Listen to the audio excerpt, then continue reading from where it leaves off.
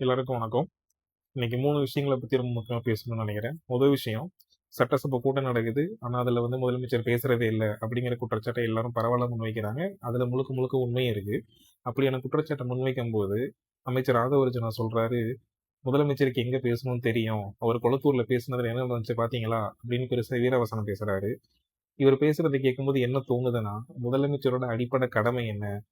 சட்டசபையில மக்கள் மன்றத்துல மக்கள் பிரதிநிதிகள் இருக்கக்கூடிய கேள்விகளுக்கு பதில் சொல்றதுதான் முதலமைச்சரோட முதன்மையான பணி. ஆனா அதுவே தெரியாம தேர்தலை ஜெயிக்கிறதுக்கு மட்டும்தான் முதலமைச்சர். விஜய்ங்கிற ஒரு முகத்தை மட்டும் உபயோகப்படுத்திக்கிட்டு தேர்தலை ஜெயிச்சுட்டு அதிகாரத்தை புடிச்சுக்கிட்டா போதும்.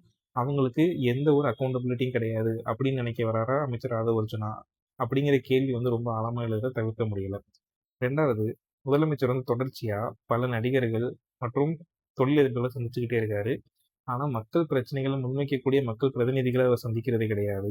இன்னும் சொல்லப்போனா, அவரோட கட்சியில சேரக்கூடிய பெரிய அரசியல் தலைவர்கள் எல்லாருமே கூட புஷி ஆனந்த் முன்னிலையிலயோ, இல்ல ஆதவர்ஜுனா முன்னிலையில தான் கட்சியில சேர்றாங்க.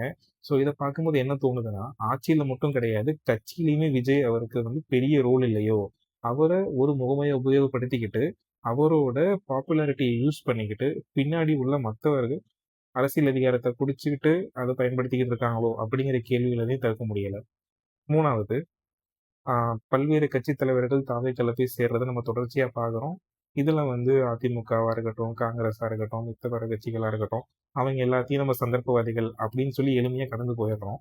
ஆனா, ரொம்ப புனித பிம்பம் கட்டப்பட்ட கம்யூனிஸ்ட்டுகள்ல இருந்து 50 வருஷமா கம்யூனிஸ்ட் கட்சியில கொள்கை பிடிப்போட இருக்கேன்னு சொல்லிட்டு இருந்த ஒரு தலைவர், நேத்து அரசியல்ல 50 மாசம் கூட அனுபவம் இல்லாத புஷியானந்த முன்னிலையில போய் சேர்றாரு.